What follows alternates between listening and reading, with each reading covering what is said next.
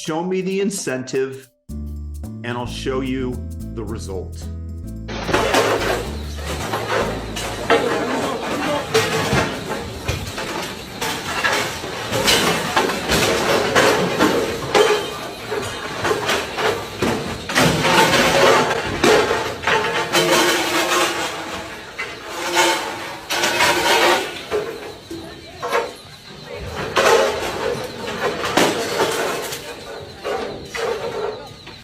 This was a Nordstrom's in guess what state? Could it be California? Ding, ding, ding. If you guessed that, you got it right. How do you predict it so many times? Why? Because it's easy to predict, as I stated. Show me the incentive and I'll tell you the result. Charlie Munger aphorism, one of the founders of Berkshire Hathaway, Warren Buffett's partner. This works all over the world. The criminals are responding to this. I have lived in various countries. For example, in Thailand, this behavior, even during the height of COVID, when we lived on Phuket and people were literally starving, they waited in line starting at 5 a.m. for a 1 p.m. distribution of $3 worth of food and cooking oil.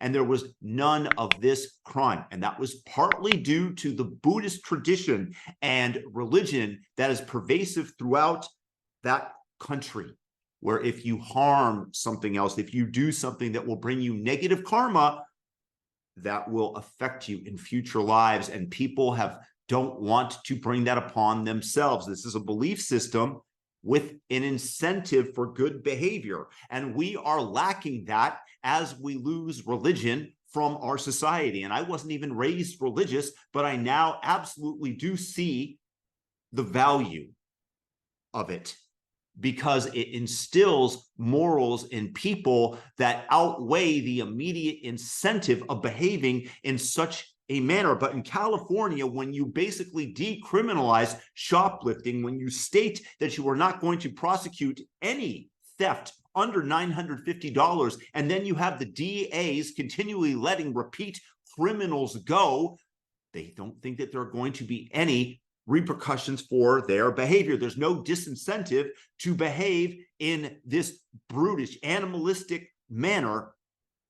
And thus, you are seeing businesses destroyed. Society is held together most easily by the morals that we instill in children. And again, this is what religion helps to do. California, the West, is losing that religious impulse that prevents people from engaging in this behavior, even though the district attorneys offer the incentive. There are always going to be a certain number of people in society, regardless, that are going to behave in this manner.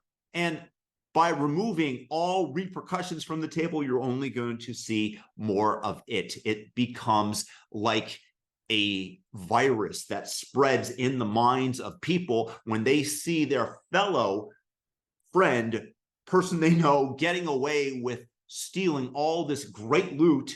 Then they engage in the behavior and the businesses pack up and go, which is part of the reason why California and the blue states are going to be facing massive budgetary shortfalls, because businesses are going to relocate to jurisdictions where property rights are adhered to and controlled, and that there are actual repercussions. And California is on the way out. I suggest if you live there that you immediately pick up your stakes and get out of Dodge, because California is now Dodge City. Move somewhere safer, like Mexico or Afghanistan.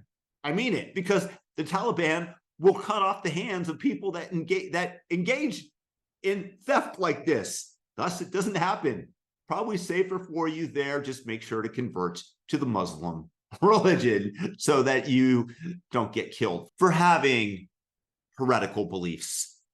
Not that the progressives of the United States and California won't treat you in a too dissimilar fashion.